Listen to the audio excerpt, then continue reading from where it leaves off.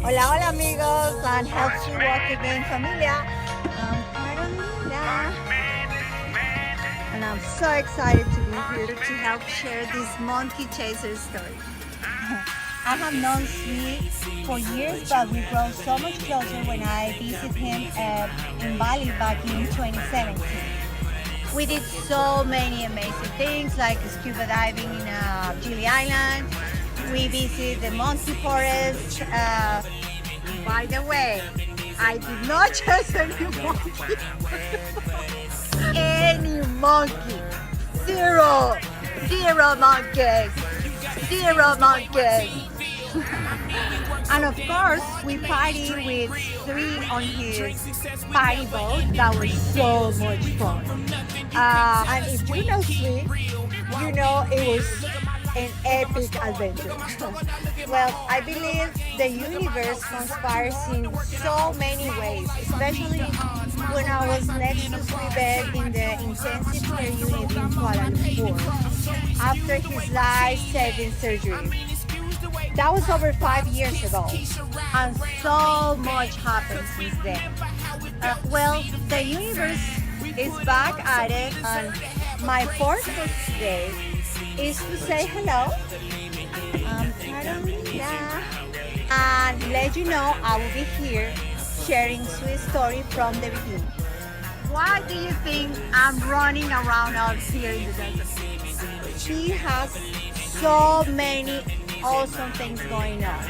And since you helped Swede Walk Again save his life, we invite you to be part of his recovery mission. Now that you know why I'm here, please follow us in Instagram, in Twitter, in TikTok, and subscribe to watch us live on YouTube. I'm so excited to be part of the amazing community that was created when everybody can You know, if you want to make a person feel better after they sneeze, you shouldn't say God bless you. You should say, you're so good looking.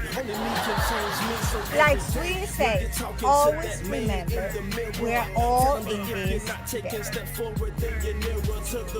See you again soon. Ciao. Hasta la vista. Bye. We cannot hear you, what you say. You gonna have to speak up. The planets in my trunk sound like somebody is getting beat up.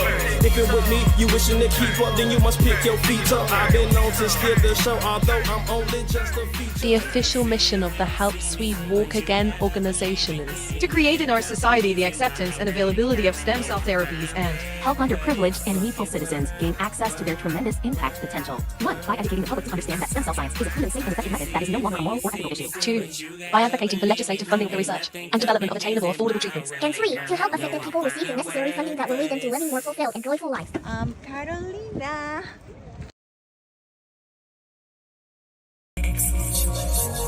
March Madness. March Madness, Madness. March Madness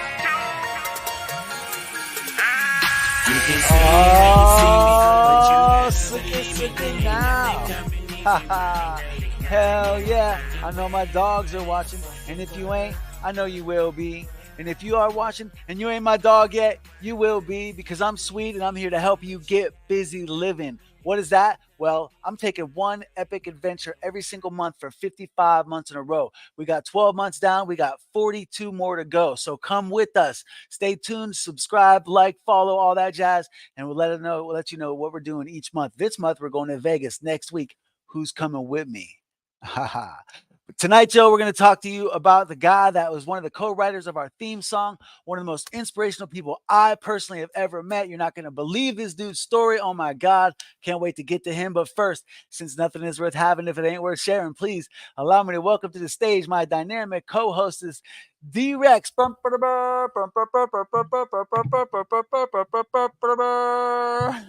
Hello and howdy once again, everybody. I am hearing a little bit of echo on the line, so hopefully that stops. I'm so happy to be here once again. And I can't wait to start talking to our friend Price on the mic. He has just gone through hardship after hardship, and still has the best attitude. He's going to talk to us about how he faces challenges on an everyday basis and how he still spends his time putting art out into the world, which is such an admirable thing. You know, I think that if you think around to your friends and the people that you know, how many people are trying so hard to put art out in the world? Art is such an important thing to human beings. So I really respect this. Hell yeah. And think about the energy this dude brings every time. I mean, he's got an infectious smile, but aside from that, man, the way he brings it, like you can just feel him in the room and it feels good, man. It feels good. So can we get him in the room? Is it time? Can we bring Price on?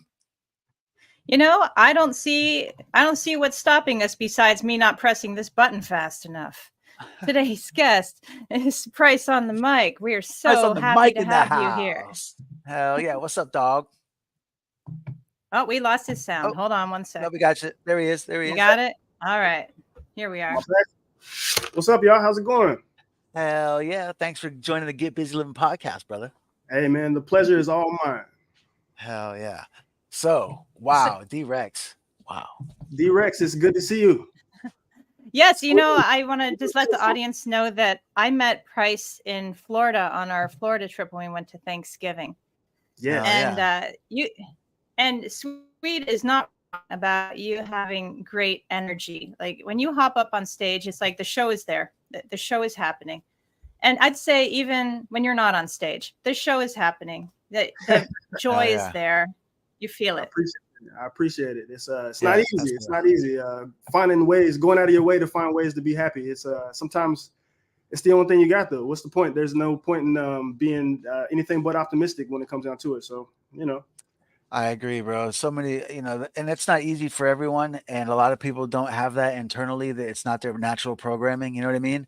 Right. And for those people that don't always know how to, like, you know, turn that frown upside down, bro, like I can't wait for you to tell your story to them because, well, you know, it's the funniest thing, man. You don't have to be a rocket scientist to walk outside and you know, recognize the sunshine immediately. It doesn't take a whole day, right? It doesn't take a whole day to recognize sunshine. And it's one of those things, man. You can find something to be happy about if you're looking for it, and you can find something to be upset about if you're looking for it. And people make a choice every single day. I choose to be happy, and it's something that I go out of my way to do. Hell yeah. And you bring in, I just want to take a minute to say hello to my folks in the comments. Lori is in the house.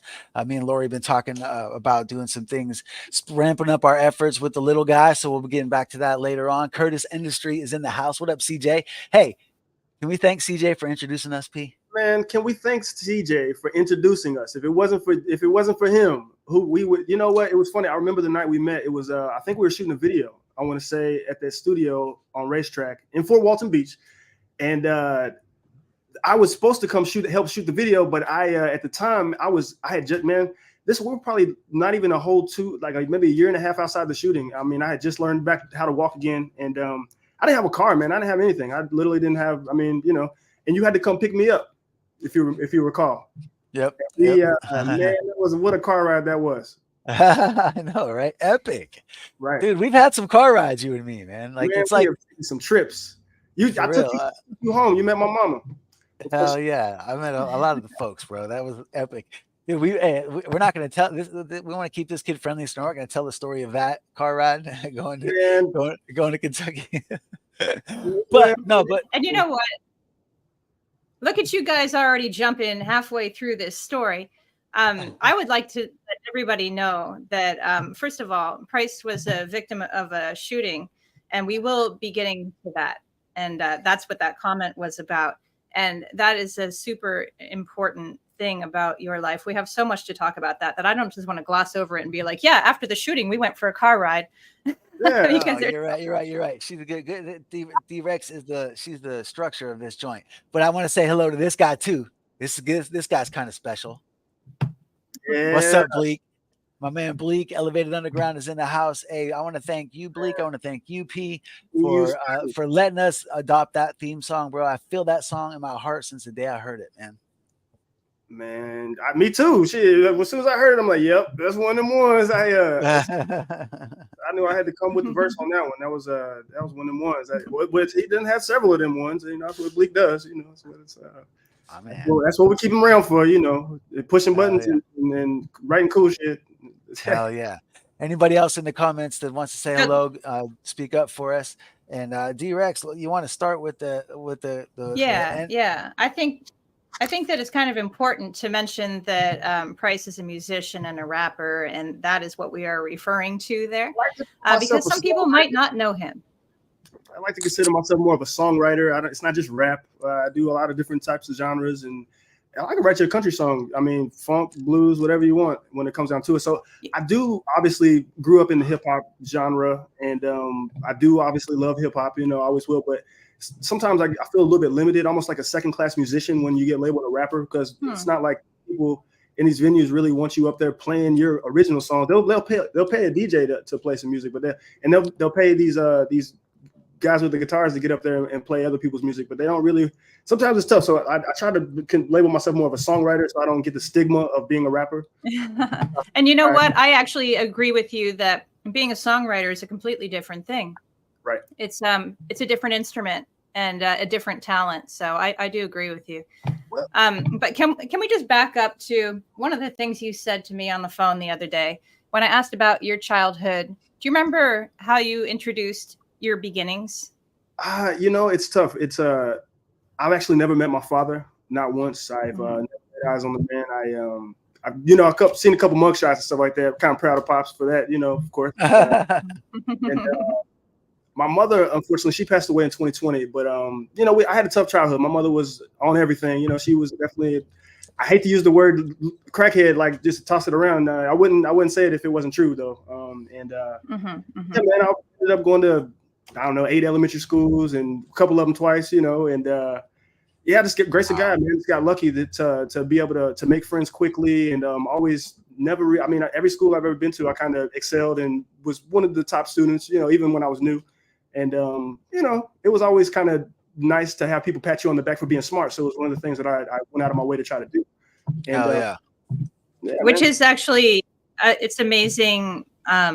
That you were able to be recognized for that, because I know that sometimes the smart kids are just doing their job and they disappear in class. And it was really good that you got singled out. And before I say where that took you, I would like to mention that you were the oldest of 8 kids, is it?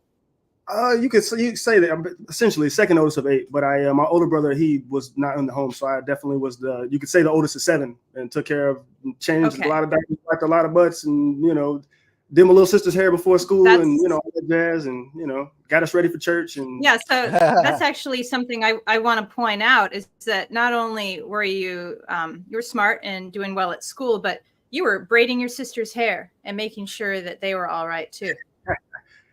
Well, you know, it's a funny story. Unfortunately, I didn't get to braid everybody's hair. My mother, when I was about 6, she went to prison, and all the kids got split up. Everybody got adopted out to friends of the family, different family members and such. And unfortunately, man, nobody wanted me. So I actually ended up going to foster care, and I had actually, believe it or not, I actually had a good experience in foster care. I got 3 meals a day. You know, I got a bath every day. Went to church. You know, it was It wasn't the worst thing in the world. Miss Felicia, shout out to Miss Felicia. I remember her like it was yesterday. Shout out.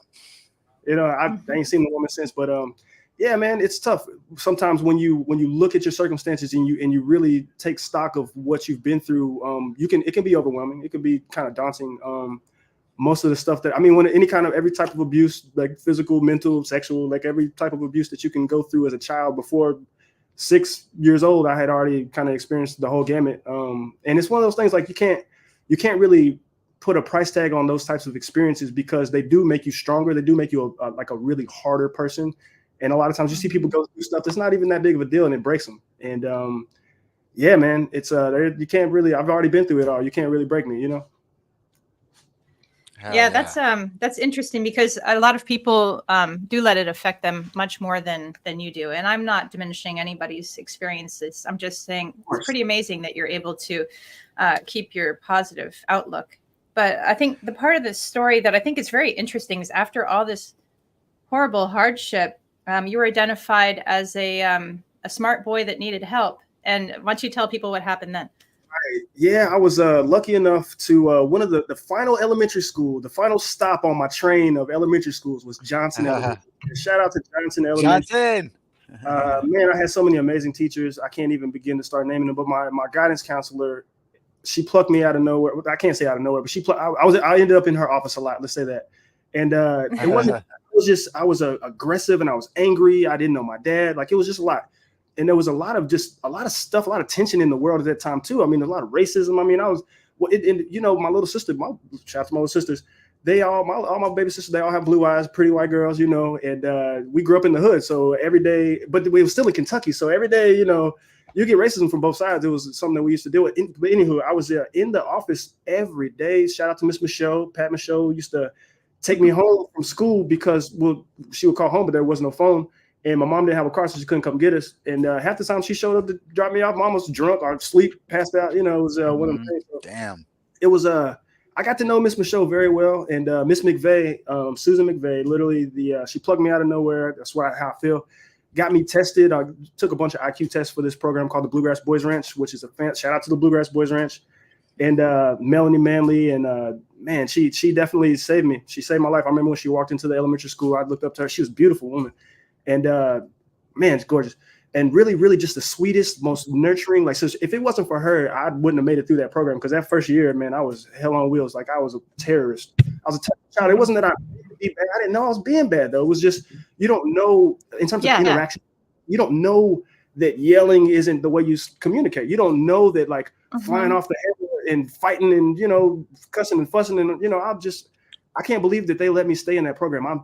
Thank God, because I made it through that first year. That second year, I was able to get through. Third year, it was even, pretty much was a good kid at that point.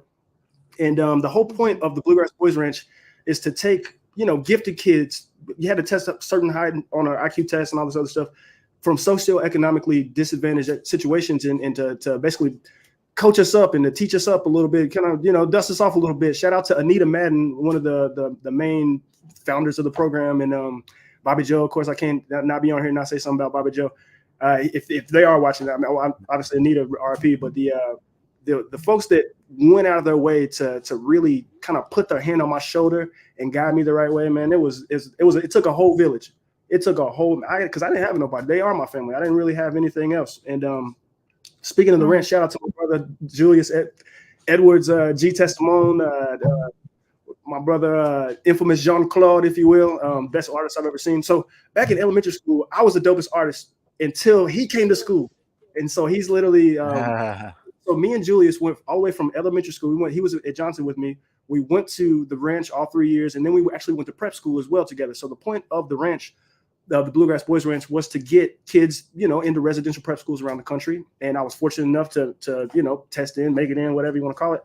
And Raven Gap, Nakuchi School in Northeast Georgia, man, fantastic place.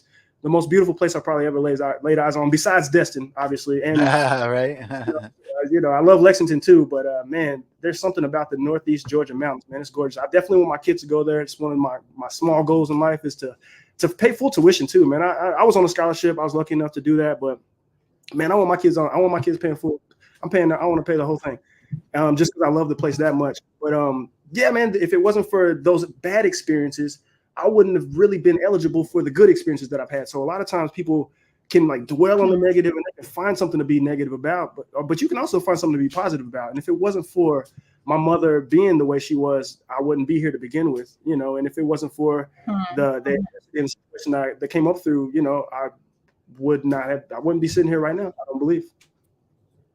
You said eligible. Yeah. That's an interesting way of putting it. And that's a perfect example of the type of attitude and the type of spirit, that, I referred earlier to, there's some people that are not born with this natural optimism, and that's the point, is that it's not natural, right? It's something that you are, it's a part of your product of your environment. So there must have been, and I met your mama is joyful too. And so for you to have that joy on everything, she was on hers.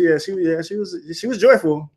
and so for not everybody has that, you know what I mean? And for you to have the outlook where you say to become eligible like that, there's a humility there that like instead of feeling entitled or feeling like you're missing something because other people are entitled, you feel like you've earned these accolades, you know what I mean? Like, bro, seriously, I mean that.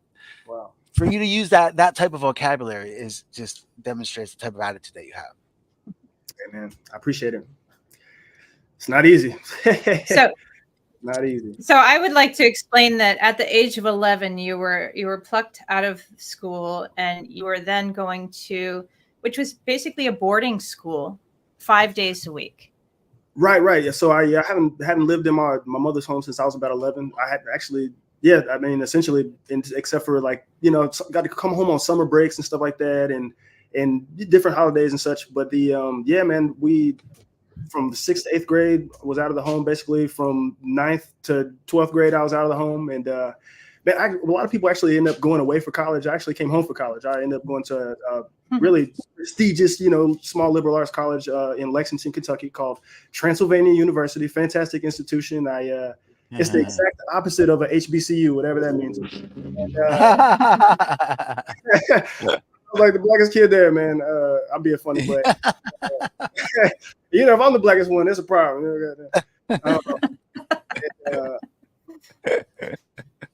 It's funny though, but so great school though. Went there all 4 years, graduated, double major psychology and Spanish, and you know, I use it every now and again. You know, put on blah, también. I'm just being funny, but so oh well, when Carol comes on, you know, don't be talking dirty to her in front of everybody. She has Spanish friends that are gonna watch. Sí, puedo entender y leer y escribir más que puedo hablar, pero es difícil pero no hay gente que practicar con. I don't really have anybody to practice with. So it's like atrophy. If you don't use it, you lose it. If you know what I mean. And hell yeah, I know what you mean. I hate to say it. Me too, man. Well, almost. Well, you know, Price, I think it's pretty incredible that you were handed this opportunity. Not everybody is given that. But not only that, it led you to going to college, right? And kind of getting things straightened out for you. And then you found yourself working in the studio with Bleak, and he's your best friend, and you're living with your best friends. So why don't you tell us a little bit about that part of your life? Man, everything happens the way it's supposed to, when it's supposed to. And I believe that everything's interconnected. There's an interconnectedness of it all. And so when I was in high school, one of my best friends in the world, we actually ended up going to college like a few miles apart. It wasn't very far at all. And so we made music together, and he and Bleak actually made music together. So the music thing, that's kind of where it all kind of starts, and where that's a lot of the interwovenness in terms of like when me and Bleak kind of get together. And I always just liked the way my stuff sounded when he did it. So like I just always wanted Bleak to do my stuff. And so yeah, Bleak got skills. Bleak man, he's on the bus, man. My brother, that's the architect for a reason. So the very first time I ever heard the phrase "elevated underground," my was just like, yes, yeah, it just hits. Yeah. It just hits. Yeah, elevated. That's what we do. We elevate the underground, and elevated.com. That's where you can find about anything you're looking for with regard to that. And so Bleak and I made music for a while, and what's funny, we didn't have an intention. We didn't have it. We were both solo artists. We didn't have an intentionality of making a project together. But it just so happened that every other damn song that he had, I was on, and every song I had, he was on. Like we was all on. Well, it's really a lot of it was me wanting to get on his songs. He was cold on the hooks, and so I was a lot of you know, to give credit where it's due. You know, I got to give Bleak. You know what I'm saying? We song. We done had some songs on the radio. We done did a lot of cool stuff. Opened up for, you know, Big Boy and man, Naughty by Nature, and man, but shout out to Big Boy though. Outkast, you know, that's definitely my favorite. But hey, Naughty by Nature for a second. I would tell you, Tretch is the coolest person that I've ever actually like. Man, this dude. So it was just me and Tretch on the sidewalk, just hanging out. Oh, you know, you're gonna hurt my feelings here, man. He rapped the dopest verse I've ever heard in my life. It like touched my whole soul. Like I told myself that, and I was like, I'll never stop rapping. I'll make music forever. I don't care. I'm always gonna do it. I'm always gonna reach back to the younger generation. And man, he definitely made an impact on that night. But yeah, we've done a lot of cool stuff, Bleak and I, and in our whole group, the Strangers. You know, we got a whole group of amazing artists. Shout out to Michi, Hollywood. Shout out to Thad. You know, Woden. Thaddeus Royale. Yeah, hey man, that is becoming with you. It's funny, man, because no doubt. He doesn't surprise me anymore. But like, man, he used to sneak up on me. I you know, Thad used to sneak up on me, man. Hey, I'm ready for you now, Thad though. And yeah, we got and then so we're anchored by the mighty DJ Cool Ice Water on the ones and twos. So Ice was one of the pioneers of hip hop. He's with the Jazzy Five and Africa Bambaataa. So the original Jazzy Five. Yeah, he was one. Yeah, he's one of the OGs. He's actually I think there might be in the Rock and Roll Hall of Fame. And so that's our DJ. So when it comes down to like just passing the baton down, it's something that's important, and venerating, giving credit where it's due. And just, shouting your people out, man. That's it really matters. It makes it's easier to give credit than it is to discredit, Hell yeah. And I'm glad you mentioned that, bro, because I was going to make a point of that. Since you started talking, you have shouted out so many, people that have impacted your life. And that's another attribute of Price on the Mic that just radiates. There are people that walk through life and they could run as fast as they could holding an umbrella and not make a breeze at all, but you just stand still and you just radiate this positivity, man. And the shit that you've been through, for that to be true, bro, for that to be true. I mean, we got to get to that though. D-Rex, the way she unfolds a story, man, we'll let this girl work. D-Rex, where are we at? And you know what? I think that this is a great place to mention that life for you was starting to get on track. It was starting to flow. You're making music you love. You're in the studio. You're living with your best friends.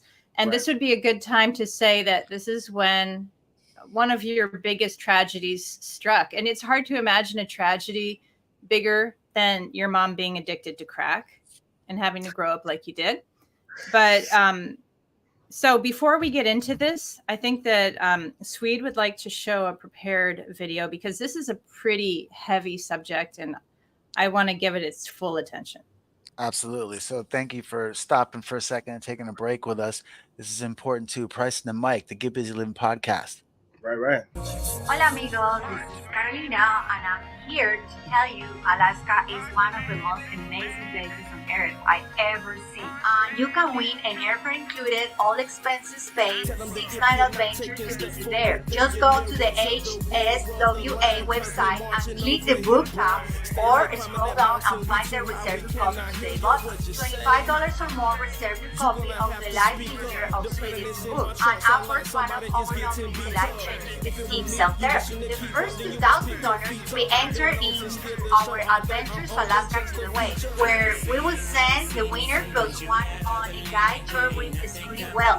I have spent months in Alaska, guys, and I'm telling you, it will change your life to the better. Again, just go to www.phehswa.org. Only the first 2,000 reservations will be entered to win, so don't wait another second. Don't wait another second.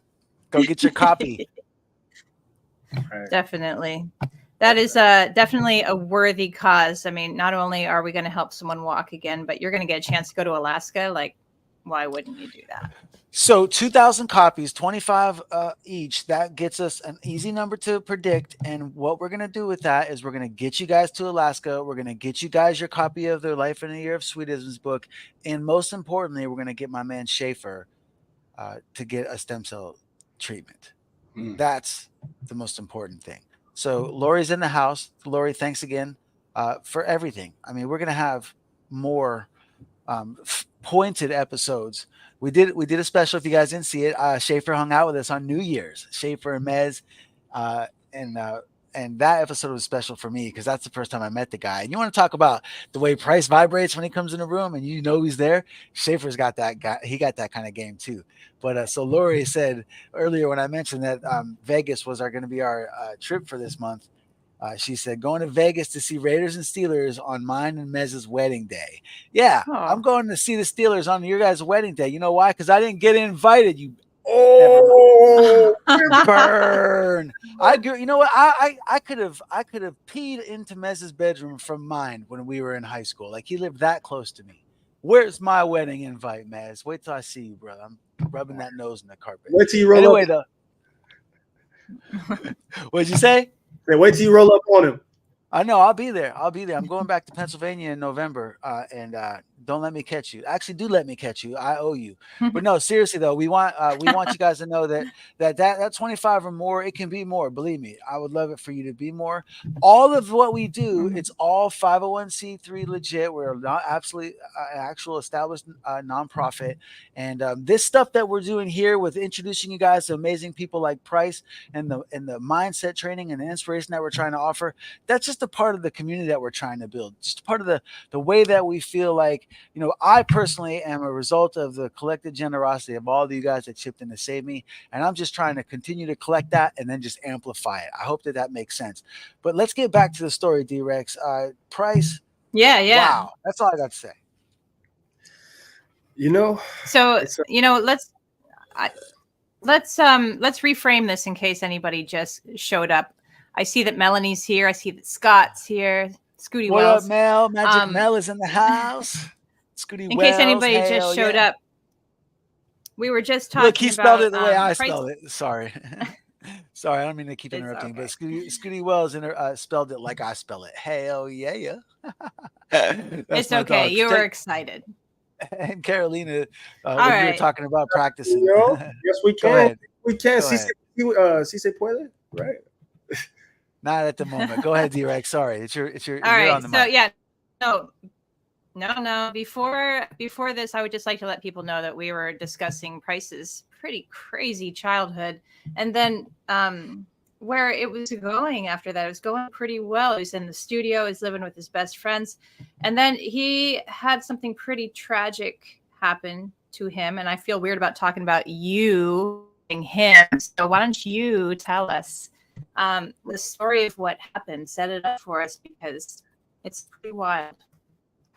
Right. So like you said, we were living it up, man. We just, post college, we're pretty much prolonging our adolescence, so to speak, we'll say like that. And just kind of had basically we had turned our apartment into a studio. So like the whole point of the apartment was the studio, and that's me and my brother Flower and my brother Bleak, Oblique the architect.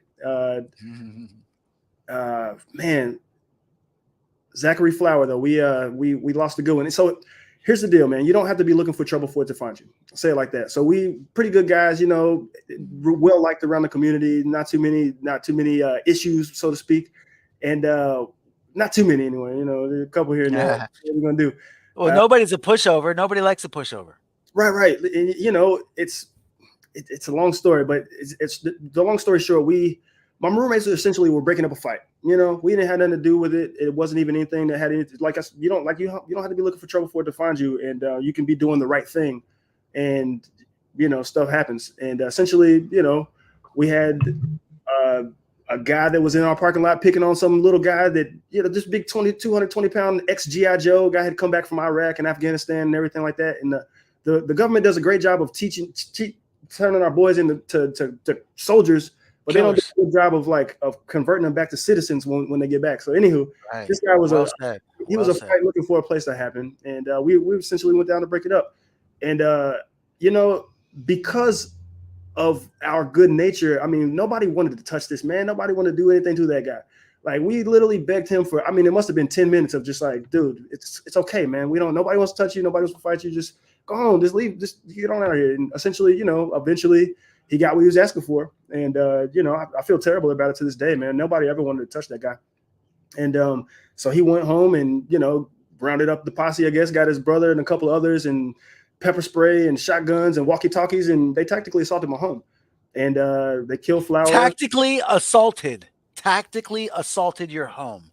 Yeah. And wow, I'm sorry to interject, but you said it so well. I want to repeat that. You said the government does a great job at turning our sons into killers, but doesn't do a job at all at turning them back into citizens. Wow. Absolutely. So you're tactically assaulted.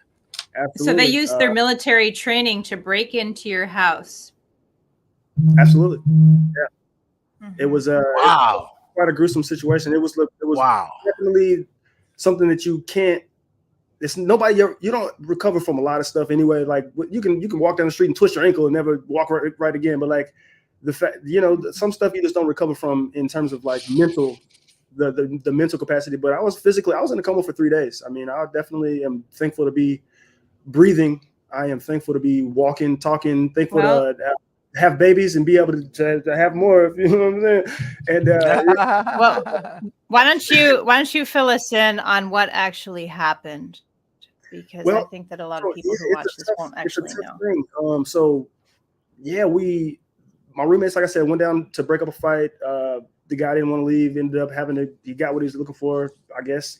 And he didn't win, of course. And sometimes you're like, man, I wish I would just let that guy win. Like, dang, we would even be here. Right? I mean, I don't know. Anyway, but of course, whooped him pretty good. And it sucks because when you touch someone out of anger, like, you don't know where it's gonna go. But the potential. Like, we didn't realize that was a potential. Like, that murder wasn't a thing that we would do. Like, I whoop some ass all day.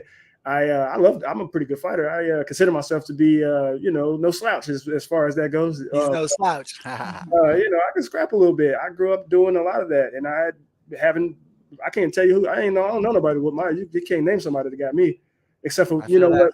I feel that. Me and Montez Graves had a tie one time. I was R.I.P. Montez Graves, another victim of gun violence. I guarantee you, it was probably same situation. Somebody couldn't whoop him, and then they came back and shot him up in his car, man. R.I.P. to Montez Graves, man. Gosh, man. Wow. So many people, so much senseless violence, man. So many people walking around with fake courage, and it's unfortunate. It really is.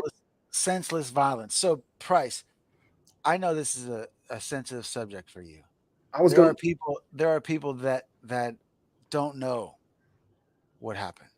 Right. So when you say tactically assaulted, they lifted the window, they filled the room with pepper spray, they blew the door open, filled the room with more pepper spray. Like, I mean, it was one of those things. Like, I didn't really know that. I didn't even know it was pepper spray. It was a military grade. It looked like silly string. It was thick, and it was actually, I thought it was a joke. I'm like, what the hell is this? Like, this, you bring silly string to a fight? I'm about to beat your ass.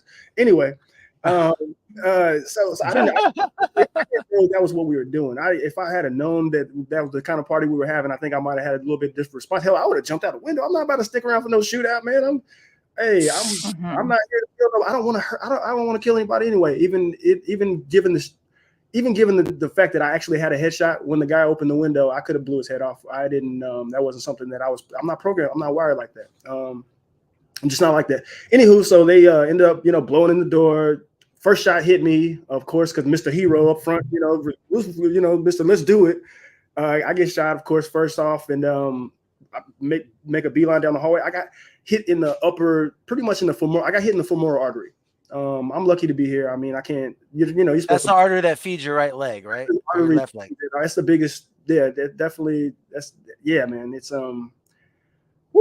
you're supposed to bleed out in 7 minutes, man. I made it 43, 40, maybe I think it was 45 actually, to the hospital. Shout out to UK Hospital, University of Kentucky Hospital, saved my life. Oh my God. Oh yeah.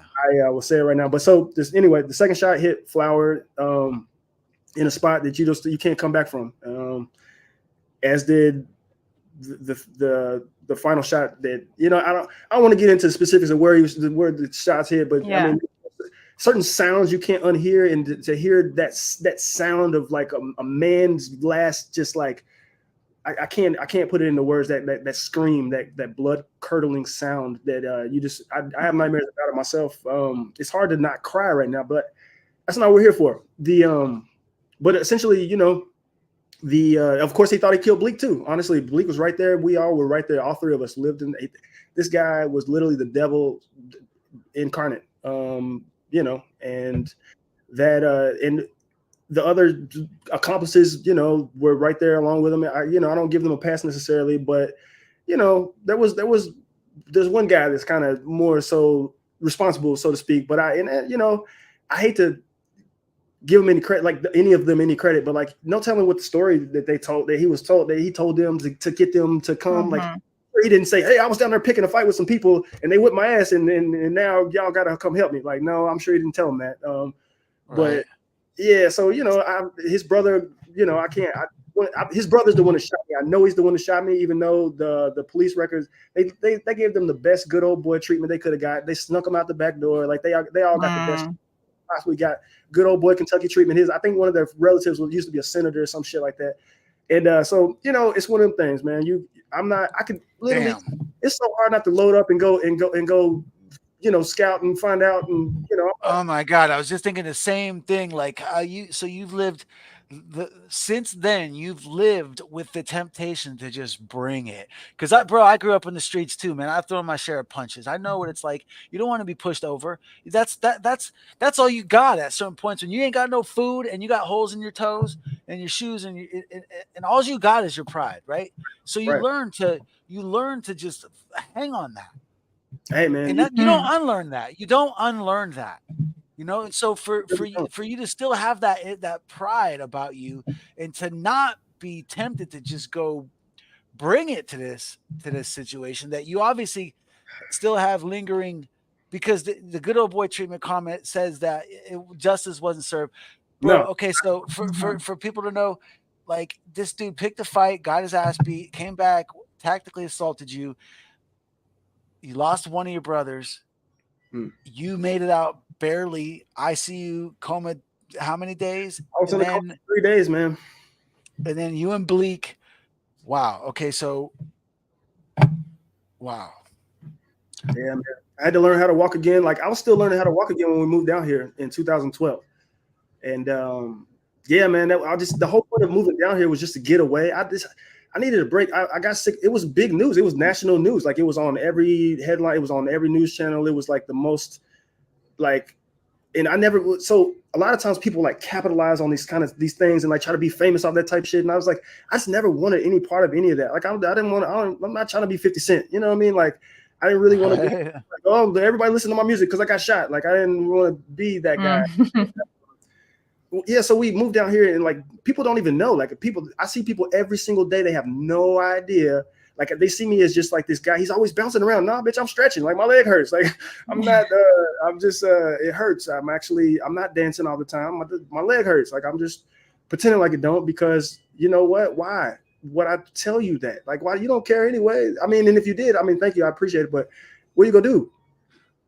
You know what? I think that's important to note, is that you're still dealing with the aftermath of this physically and emotionally. Of course, like, who can handle one of their best friends being murdered in front of their face? And my heart is with you. This is so much. It's like the childhood, and then the schooling that helped you get on track, and then out of nowhere, the tragedy that took you back down. But then here you are today, you're raising 5 kids. You're working this great career. Absolutely. City.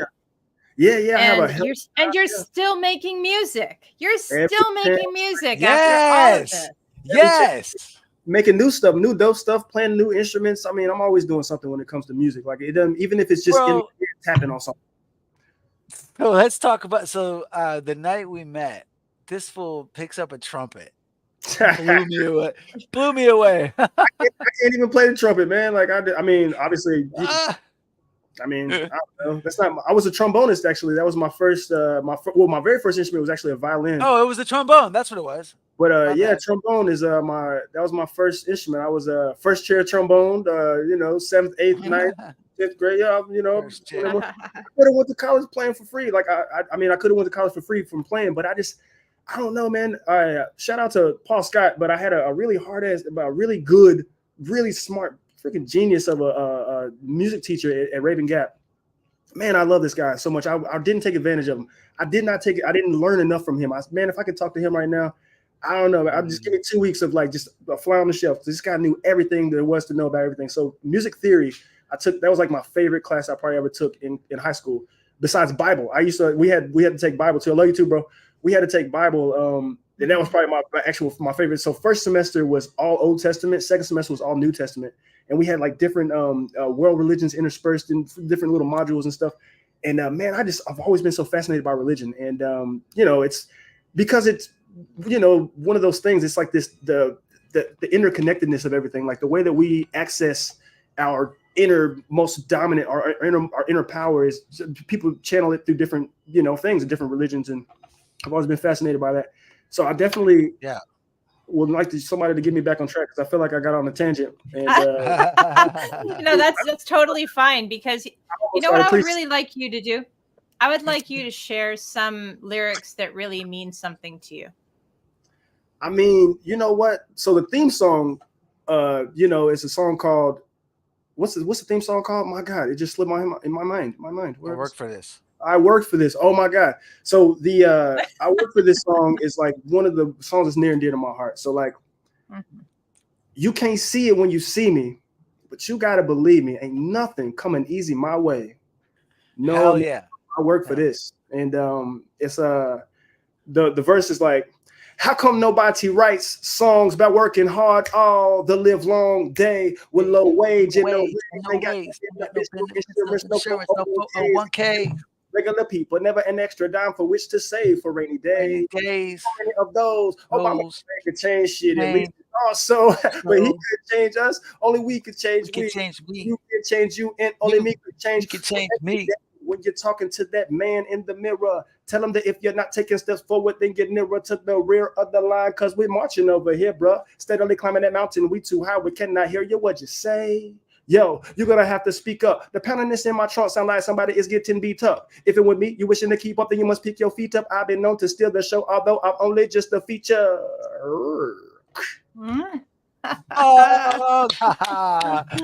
That's my dog, bro. That shit blew me away. I was like, so the day that we met, we ended up kicking it all night.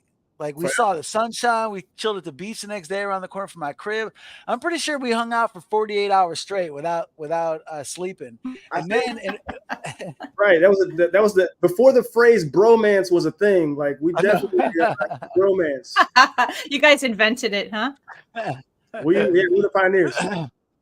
So what's cool about it though is that on day 3, then Press is like, yo, I gotta introduce you to my brother, man. I gotta get you with my brother. So we, so Bleak's already been, we had Bleak a couple episodes ago, and we talked about that because when Bleak showed up, man, he was looking at me all skeptical and shit. Because I imagine you were probably like, yo, you gotta come meet this cat. He's cool.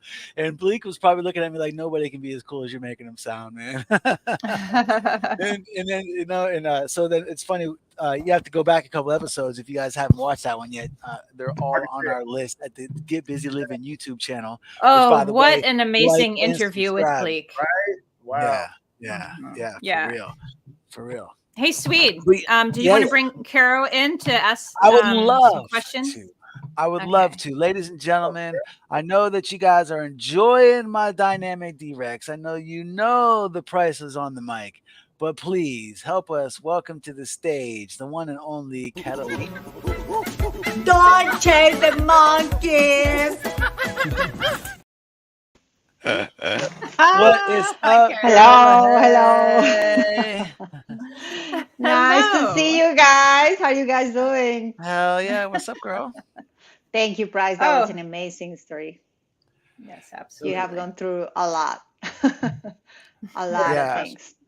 Absolutely. And for those of you guys that don't know, Caro comes from behind the curtain. She works really closely with me on things that I could not do without. So she has a unique perspective. And so what we've talked about as far as how she can continue to contribute in so many ways is for to come on the show and offer a perspective that maybe we hadn't been considering, or how from someone that's on the inside of my bubble, how it might relate to my personal struggle. I know that, everything I'm doing is to repay that debt. And so I'm hoping that that's the audience that I'm appealing to, is those of you that helped me. And I know that you want to know you're getting your money's worth, and this girl sees what's going on. So we like to bring her in and ask her, so how does this sit with you, Caro? What are your thoughts about what you've heard from my man Price on the mic?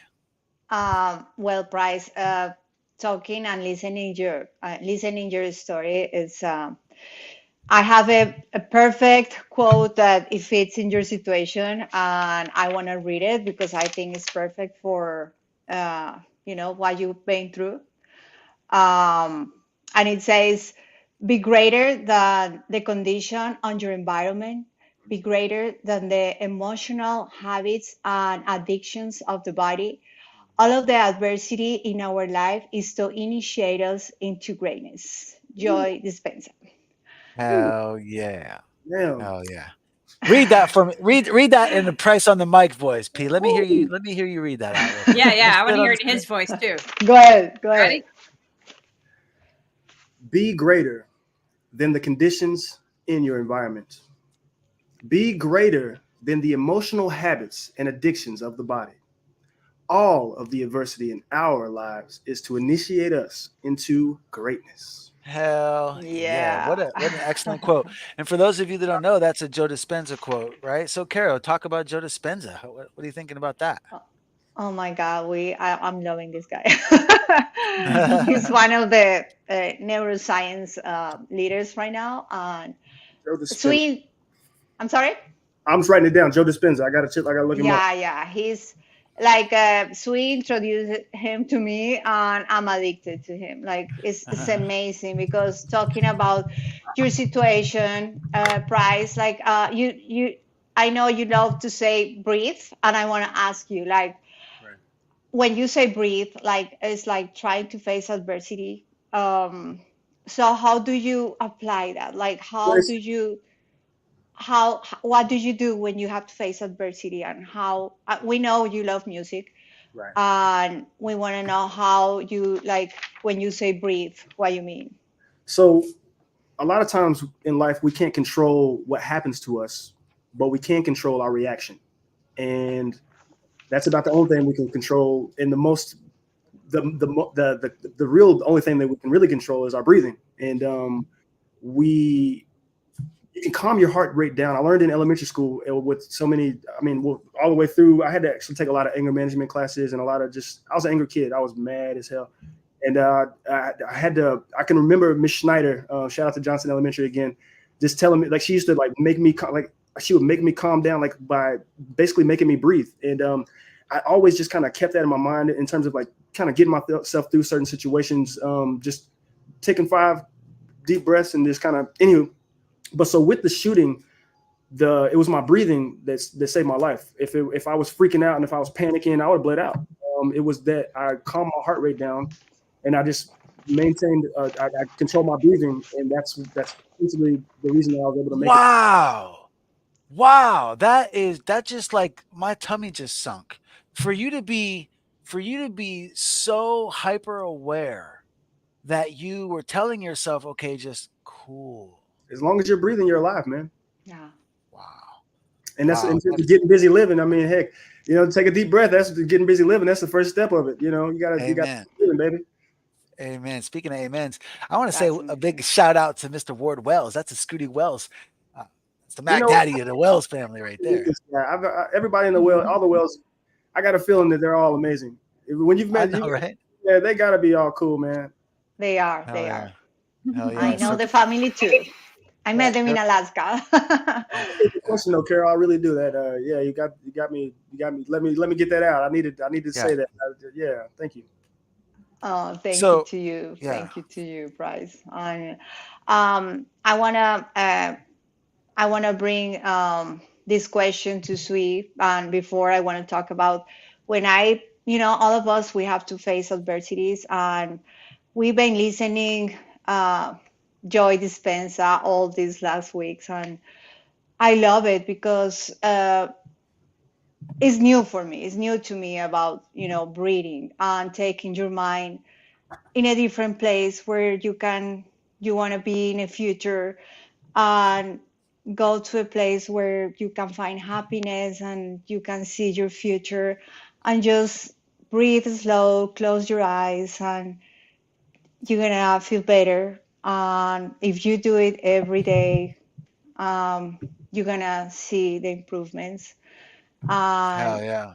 We have to learn to stop thinking in the past and our traumas and thinking we're victims, or we have to be focused in our present and think about our future and where we're gonna be. And I want to ask to you, Sui, like, how do you face adversity? And first, I wanted to, since I'm here behind curtains with Sui, for him, the last couple of weeks has been a little tough, and sometimes he gets very irritable, and he has to face a lot of things in his daily basis because his situation. And he's teaching me a lot of things. And I want to ask you, like, how do you face those adversities with? Well, like, what you were just saying about Joe Dispenza, it's so funny because D-Rex and I got really started to get a lot closer last summer, and she was inviting me to open my mind up about about things. And she one of the things that she told me was, if you just pay close attention, I think you'll realize that the universe is on your side. That you just have to acknowledge it, And she and no sooner did she say that, I get a call. I don't know if it was a day or a week or a month later, but I got a call from a guy I hadn't spoke to since I lived in Australia. And this guy's like, Swede, he's like, so good to catch up with you, man. He's like, I don't know if you know, but it's been, I hadn't seen him in 5 years, but he's like, since last time we met, and let me just tell you, this guy, I'm going to get him to come on the show, man. This guy is seriously impressive. He owns at the time when I met him, he owned the #2 best place to work in Australia. The only company that had a better reputation as far as places to work was Google. And he just has this air about him that is also similar to what Price has. When he enters the room, man, you just feel it, and for him to call me and say that he'd been thinking about me was really flattering. He had empowered me to be one of his go-to speakers, for the types of things that we were pushing back then. And so when he hits me up and he's like, hey, man, he's like, I've been thinking about you. I don't know if you know, but since last time we met, I've been through it. And I'm not going to tell his story because it's pretty also intimate and powerful like yours, Price. But he's like, since then, I've discovered this guy, Joe Dispenza. And he's like, and I was just listening to him and thinking about you, made me think about you. And he told me the same thing that D-Rex told me. He's like, man, I really think that the universe is on your side if you just tune in and become more aware, And so shortly after that, I got into this Joe Dispenza thing, and D-Rex called me up one day, and she's like, hey, I was just thinking about trying something. And she proposed that we are accountability partners and just taking a time out to breathe each day. And 10 minutes in heaven. What is that? Yeah, that's what we came up with the name. Just 10 minutes. It's like, do 10 minutes. I think, you came up with that name. Okay, well, that's your name. I went the other day, 10 minutes to heaven with Swede, but you guys been doing that for a long time. So we do it separately, and like I would do mine at my time, and then later on I'd say, I did mine, and he would say, I did mine, and he would find his space to do his, and it would really change things for us on a daily basis. Now we would go in and out of being good about it, but we do notice a difference. So what is about? For sure. What you guys do? Essentially it's a 10 minutes. I set my clock, and that's important because if you don't have a time frame, it's too easy to say, no, I don't have time for that. But if it's only going to be 10 minutes, like I did this with working out when I was, healthier, is that I made my workout an hour, meaning if I'm sitting in my couch and in 1 hour, I can be sweated and showered and sitting back in my couch in 1 hour. So 10 minutes in heaven. I set a clock for 10 minutes. I go into my closet. Luckily, I have a closet big enough to drive my chair into, and I get nothing but it's completely dark in there. And then I just relax and I do what Joe Dispenza tells you to. He tells you to disconnect your brain from your senses and disengage from what you feel and hear and smell, and take your thoughts away from what your life is and start thinking about what you want your life to be. And imagine how it smells to feel successful. Imagine how it feels to smell success. Imagine who you're going to be with and where you're going to be with. And I got to tell you, at this time when I first started doing this, I was imagining me on a bike ride in France with D-Rex. Because I was like, if we get this thing going, like, cause she was telling me about how. Can I go? Can I go? Hell yeah, we're all going. That's the point, y'all. That's the point. We are all going. When we get this thing moving, when this train starts picking up steam, the idea is to bring the audience, the Get Busy Living audience, with us on these epic adventures. It's a collective generosity. So if we can collect enough generosity, and then when you be generous, and when you're available, you can be one of the benefactors. You know what I'm saying? So yes, we've got 43 more months to go, and one of them is going to be riding a bike in Europe. And so that's the point of it. So you disengage from all your problems and you start thinking about what you want your life to be. And at that time, I was actually very much in a battle internally about my relationship with my child, and I imagine her riding bikes with us. The lyrical miracle. The lyrical miracle. And so what that does is that, after, and so you just completely shut off and you imagine where you are. And I would almost always fall into like a deep state, and that alarm would go off, and it would be like, I'd be riding a bike in Europe with Lyric and D-Rex, and this alarm goes off, and it's like, it's a car park beeping at me in my meditated state. And then, you ever done that? Like your school alarm goes off in the morning, and in your dream, it's like a fire truck. So seriously, that it does so much for you. So look, guys, I've been on my deathbed thanks to y'all. I'm no longer in that kind of condition. Price on the mic from Elevated Underground has been on his deathbed. And, we all face adversities, and some of them are far worse than even those, as bad as how can it be worse than, getting tactically assaulted? But there are people out there that are living with real legit struggle. And if for those of you that have that moment or have that overwhelming feeling, just take 10 minutes and go to heaven. Just shut your mind off from all of your current stresses, breathe, and imagine all of your dreams coming true. Imagine the work that you're putting in today, and imagine the best case scenario down the road, and just live in that moment for a little while. You know what I mean? And guess what's going to happen? The universe is going to start conspiring. Hell, on your favor. It's true. Hell, yes. And Swede, I know it's going to take us over a couple of minutes, but I think it's important to ask Price one more thing. Please do. Okay, so you were saying that you never really had a dad, but that also allowed you to choose whoever you wanted as your dad in your life, and you've had so many dads. Right. Yeah, it's funny. Exactly. Like when you don't have a father, you kind of you start conjuring up images and like start making. So like I used to so Muhammad Ali was my dad. But you pick different people, but like Muhammad Ali was like one of my greatest influences. Being from Kentucky, there's no more famous Kentuckian that lived, as far as I'm concerned, than Muhammad Ali. And yeah, man. And it was so a lot of this stuff and doing a lot of the research and just kind of like figuring out like who is that put the battery in Muhammad Ali's back? Nobody ever talks about Elijah Muhammad in like The Nation or whatever, but like these in Malcolm X, like these guys like really you start to unpeel. Malcolm X is another one of my dads. And Elijah too. So like, you start Lionel Richie, you start pick, you pick anybody as a little kid, you pick little this and that's from people that you really look up to and respect.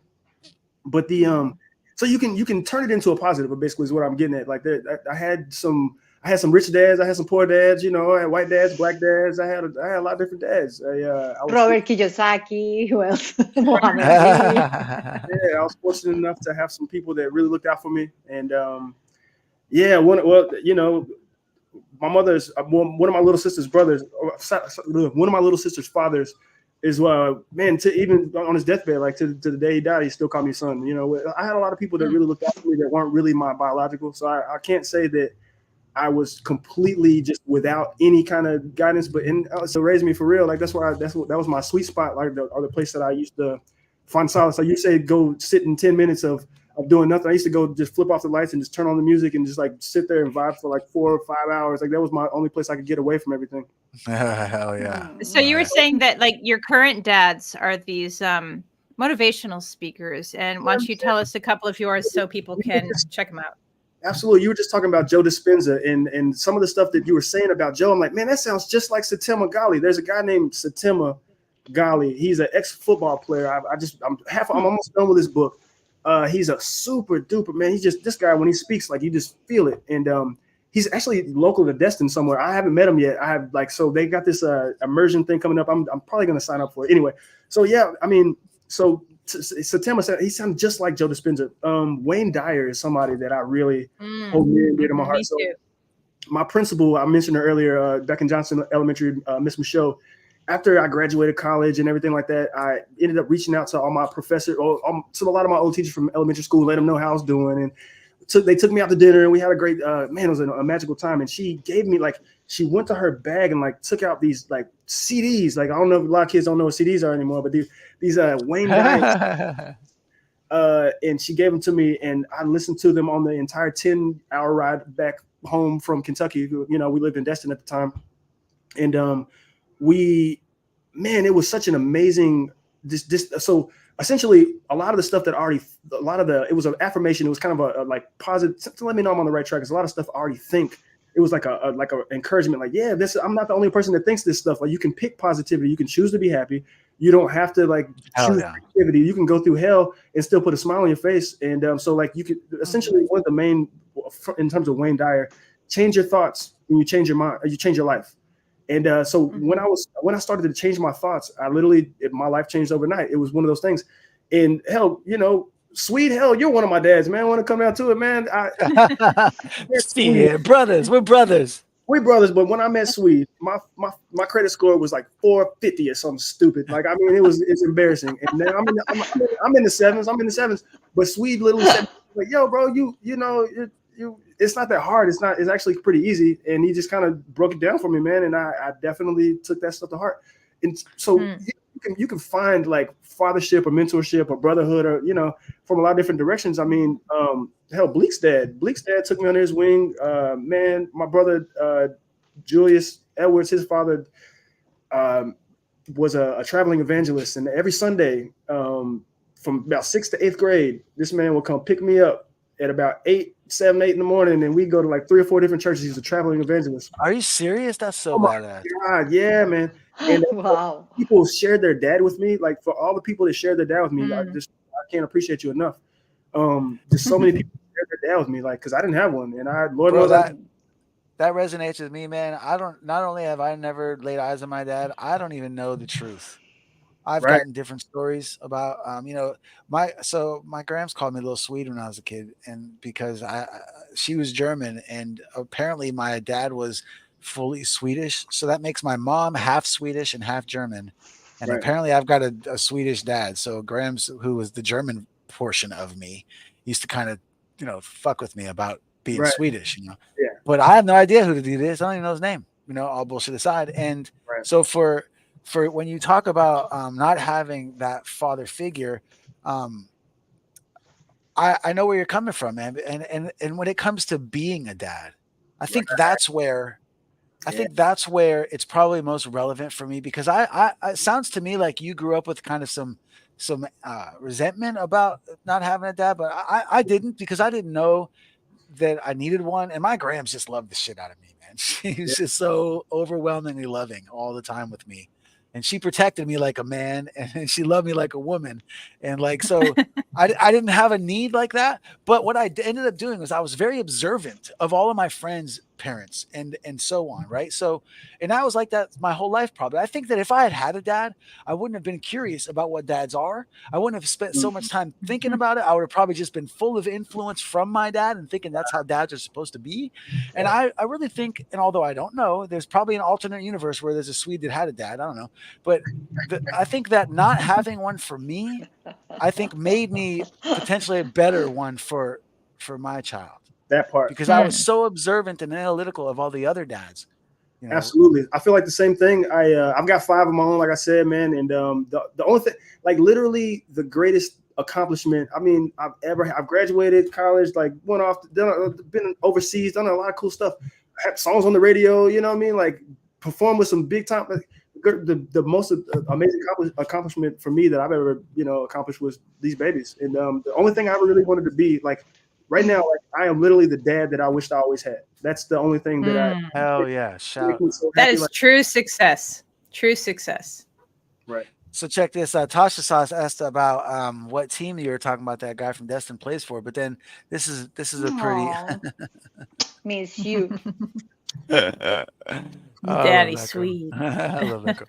So Pete, bro, honestly, we try to keep it to an hour to be. We try to let our audience know that we're just going to go an hour, so that we don't, so that they don't, like I was talking about 10 minutes, but this has been worth it, man. I could go on and on. Absolutely. And we're going to get you back though. We're going to get you and Bleak back. We're going to do a live show or live performance from the studios of Elevated Underground.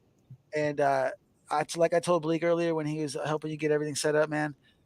Bro, I got nothing but mad love, mad respect for you guys. You guys have been my brothers like blood since the day we met, both you and Bleak. And so I appreciate you taking time out to come kick it with us and to bless the Get Busy Living podcast. I'm gonna give the girls a chance to say their piece. You know, Price, I just want to thank you for being here today and sharing that story. It was so powerful. And I never, ever once get tired of hearing that theme song. The minute I heard it, when Swede told me about it, I was like, this is it. This is the song. Do it. Absolutely. I can't wait to meet you. I can't wait to meet you too. Algún día te conoceré. Vamos a hablar español. Sí, necesito practicar más. Ayúdame.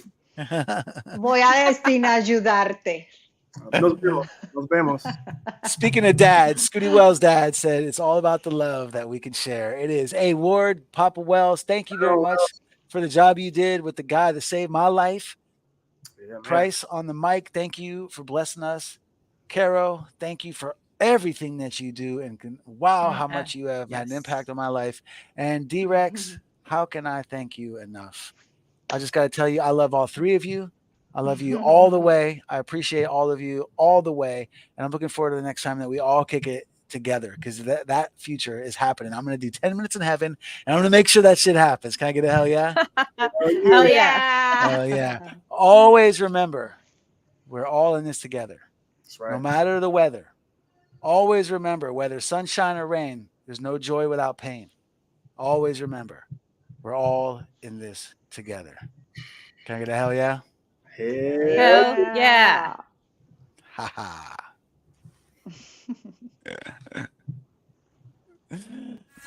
When you see me, but you gotta believe me. Ain't nothing coming easy, my